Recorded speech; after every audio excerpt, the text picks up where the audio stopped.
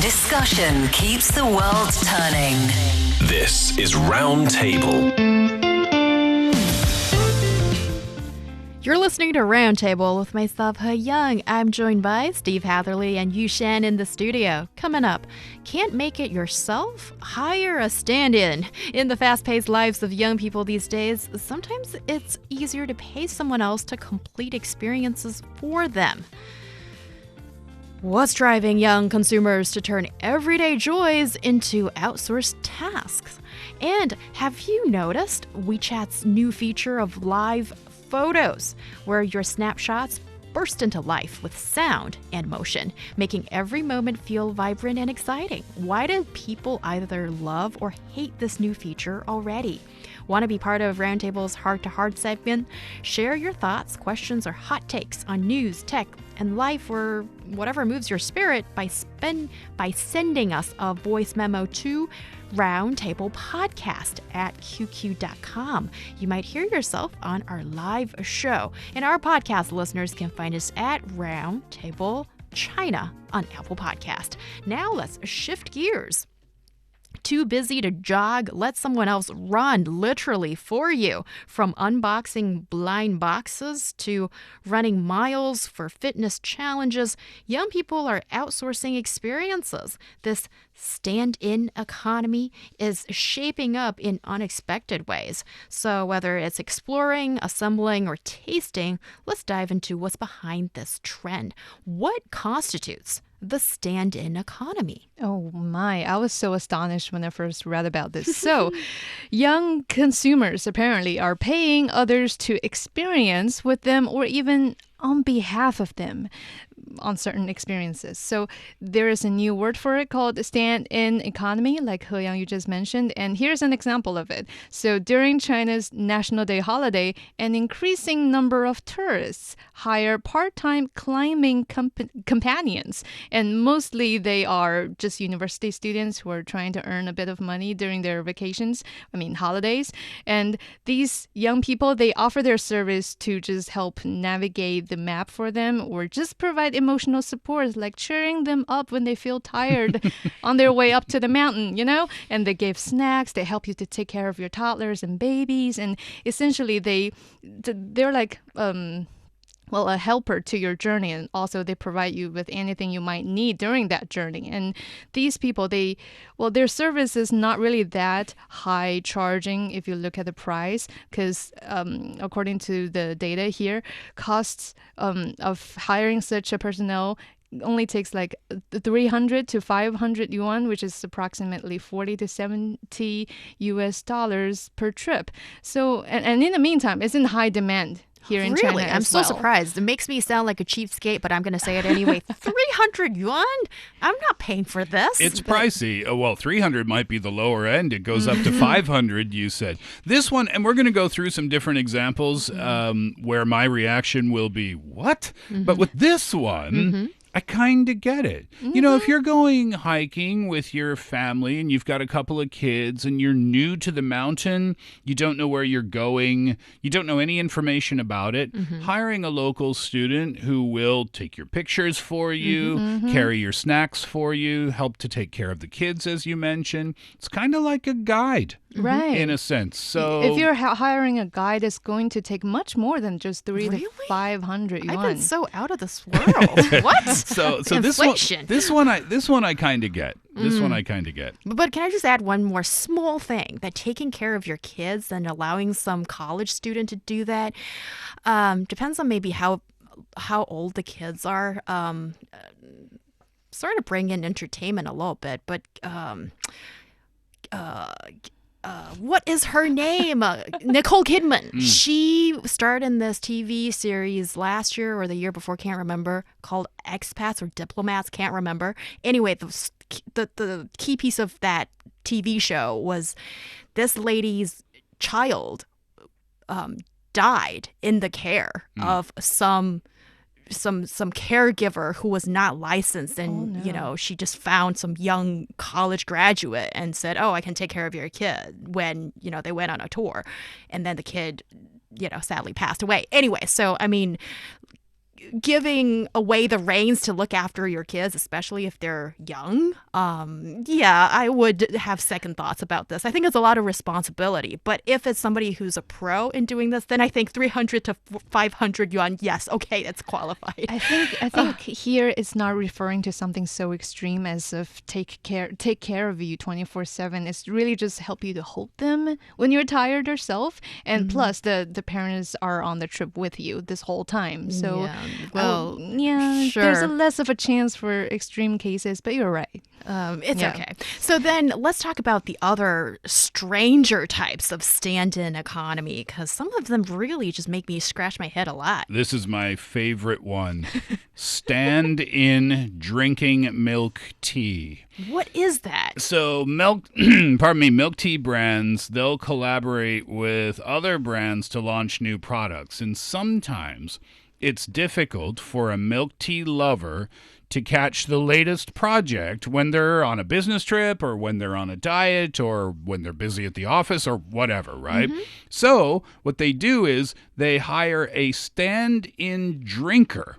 Drink on behalf of you services have emerged, which means that buying designated co-branded products for customers, and then you record the experience so that I don't have the opportunity to drink the milk tea. I hire someone else, and then I watch a video, I guess, of them drinking the tea on my behalf. This, you know what this sounds like to me? It sounds like these people who are paying for other people to drink their milk tea Yep. is trying to get involved and participate into this whole campaign by getting the video as a way of maybe just satisfy their emotional needs for it. I don't understand what the And, motivation is. in the here. meantime, it reminds me of, I can post this later on the social media as a way of proving that I'm part of this too, even though I'm not there to drink it. Yeah, this one I don't get. I get the hiking example. This one I don't really get at all. I don't get at all either. Or maybe just the thought that the 150 calories are now in the belly of that person in the video who I hired. And you're like living vicariously through this stranger, but you're paying them to do it and you're paying for the tea as well. That I don't really understand, because you're missing out on the key part of the experience, right? And all right, and there are some other ones. Maybe they make a little bit more sense to you or not. Hiring someone to go through the unboxing of a new product. I thought the thrill is the moment when you unbox. There Right? are Yeah. a category of videos on social media devoted to just that moment. How does this one work? Having someone unbox for you?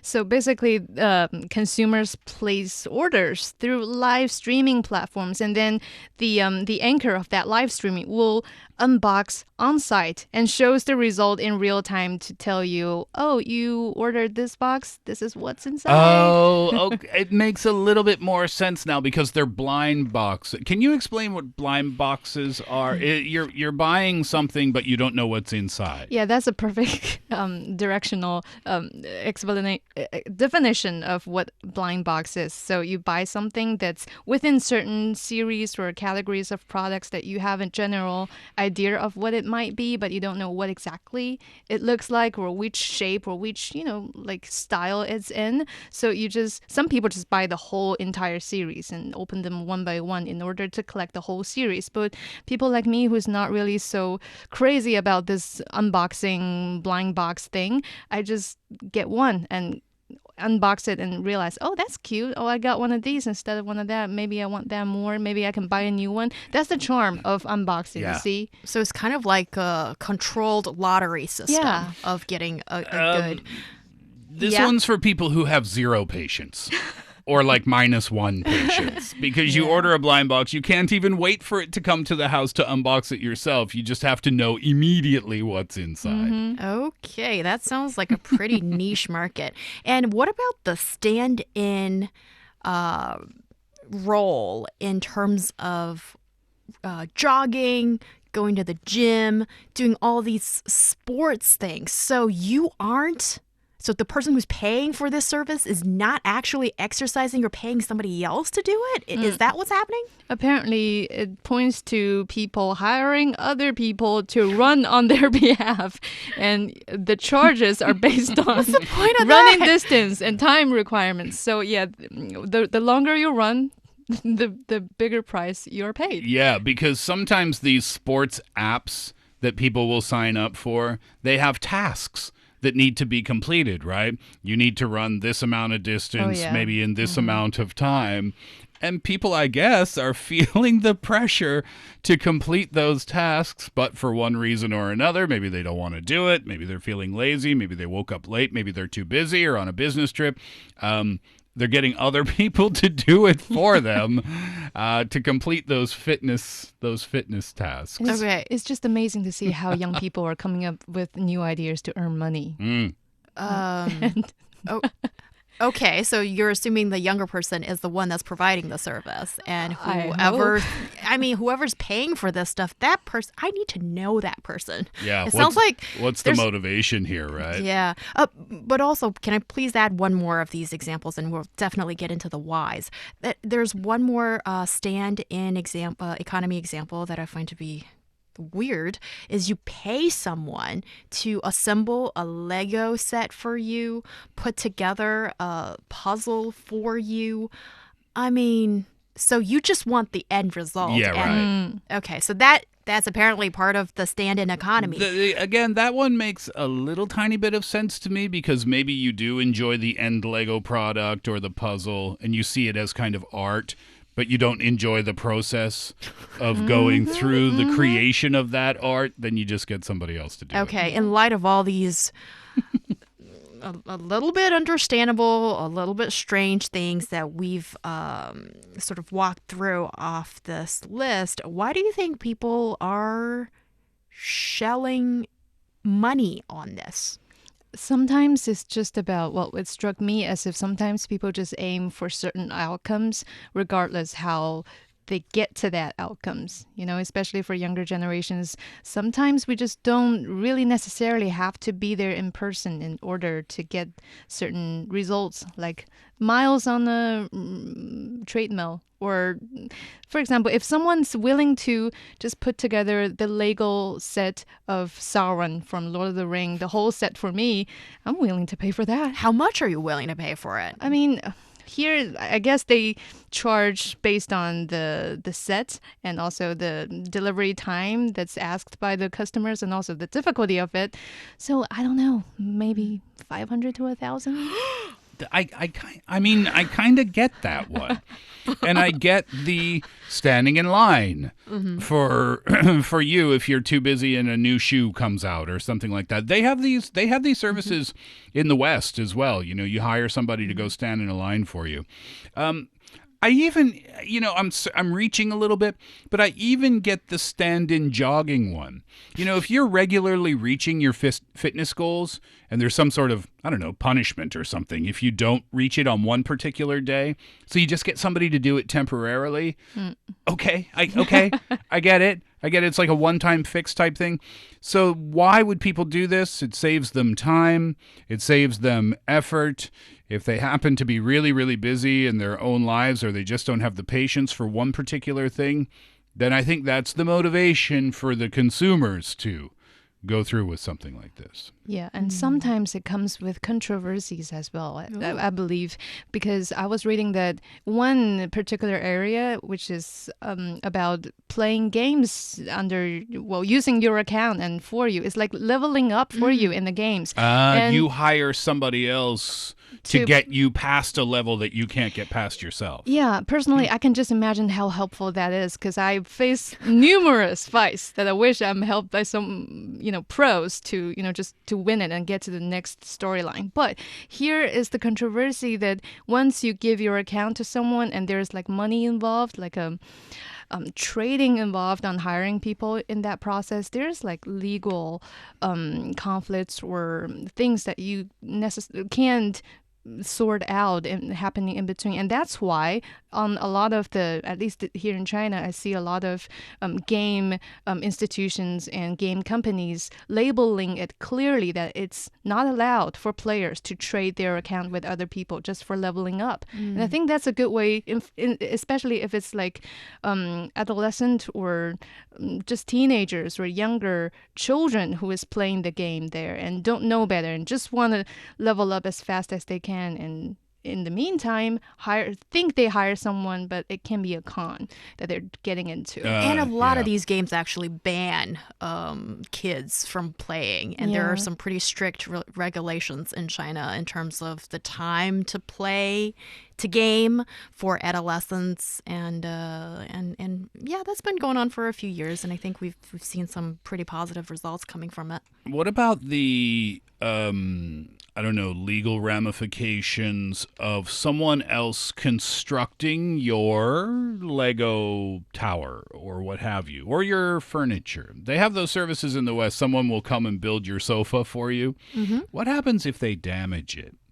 Right? If you've spent a lot of money on this Lego set or this new sofa or what have you, and you hire someone else to build it for you, then and they damage it in the process, then what happens then? Who's responsible at that point? Just like my earlier question, if you're looking after the kid and something happens with the kid, well, it's a huge legal responsibility. So is there kind of a gray area right now in terms of... I believe so, yeah. And they don't even sign an agreement or contract. No, but some service providers would charge a deposit from the customers who pay to have their Lego put together. So just to make sure that after I put it together for you, you need to pay me to get this stuff, because I'm not doing this for myself. So a deposit is required. But the other way around, I'm not sure. Like you mentioned, that's a huge gray area. There's an app in the United States called TaskRabbit, and they'll do almost anything for you. They'll go buy your groceries or clean your house or help you move house or something like that. And all the potential taskers, that's what they call them, the people who do these things for you, they've been interviewed and they've had their identities checked. And each job is backed by what they call a happiness pledge. So if something goes wrong, the company will consider offering up to, and that's the key point, up to $10,000 should something go very wrong. For example, if a tasker damages your property or hurts you or steals from you or whatever the case might be, then the company is there to back you up. Right, and that kind of service, and also platforms that offer this kind of service, is plenty in China. And that's an interesting thing to bring up, Steve, because, yeah, I didn't really, match the two. Yeah, we have platforms who offer this kind of service, but you've also got this vibrant stand-in economy that's also operating at the same time. One last question regarding this topic, though. Do you think that there is something missing when people just... And they can so easily find other folks to help them out, to stand in. So instead of you actually going through the journey, you're paying for someone to do it for you and wait for you at the finish line. Is there something, are we missing something in this process? You mean human beings in general, from the consumer point of view? I guess so. I mean... Or just as a human being. Well, we look at these things and we're kind of, even as we discuss it here on the show, we're kind of feeling like, this is stupid. But these are other people who are actually doing these types of things. So we can sit here and say, we can have our own opinions all we want. It might not be something that we would do. But just because it's not something that we would do doesn't mean it's not something that someone else would do. And therefore, I don't think we can say it's weird. I think it's just people have their own motivations for their own reasons. There's an existing market for this, and it's a big enough market that it's made it a topic for us to discuss on Roundtable, right? Yeah, and apart from that, I think it has something to do with people's priorities with the things that they do. Because sometimes if you're aiming for an outcome instead of the process of reaching to that outcome, then yeah, sparing some money is is just the easiest way of achieving a goal, just like doing work or just anything else in the world. So it may seem absurd at one point that people are showing skeptical against these, but yeah, for those people, if they reach those outcome, if that's their priority of doing this thing in the beginning, then yeah, it's worth it for them. I just worry a little bit that outsourcing experiences can dilute the personal joy and fulfillment that come from directly engaging in some of these activities, making the experience feel less genuine. And let's just say, here's this girl, my dream girl, and I'm hiring somebody else to pursue her. Is that one of the stand-in services? No, I'm now getting all philosophical, and okay, that's just beyond bizarre if you end up being with her. But I just think that during that arduous journey, it could be kind of tedious, but in some aspects in life, I think it's necessary to get us to the destination and feel that that's where I'm qualified and deserve to be. Yeah. Coming up next, get ready to snap, share, and shine with WeChat's new live photos feature. It lets you post lively images with sound. But why is it that some people love it or hate it already? Stay tuned. Looking for passion? How about fiery debate? Want to hear about current events in China from different perspectives? Then tune in to Roundtable, where East meets West and understanding is the goal. It's the Hour Roundtable with myself, Heyang. I'm joined by Yushan and Steve Hatherly in the studio. WeChat, China's largest messaging app turned super app, has just dropped an exciting new feature. You can now share live photos in your moments. While Android users are still waiting for their turn, the buzz around this feature has exploded. Live photos have been around for nearly a decade, but the chatter really took off in the days following the announcement in China. Some adventurous users jumped right in, only to find themselves locked out of their chat history after reinstalling WeChat. And let's not forget the hilarious moments when users were caught off guard by the sounds that accompany live photos. Awkwardness ensued. So who's loving it and who's hating it already?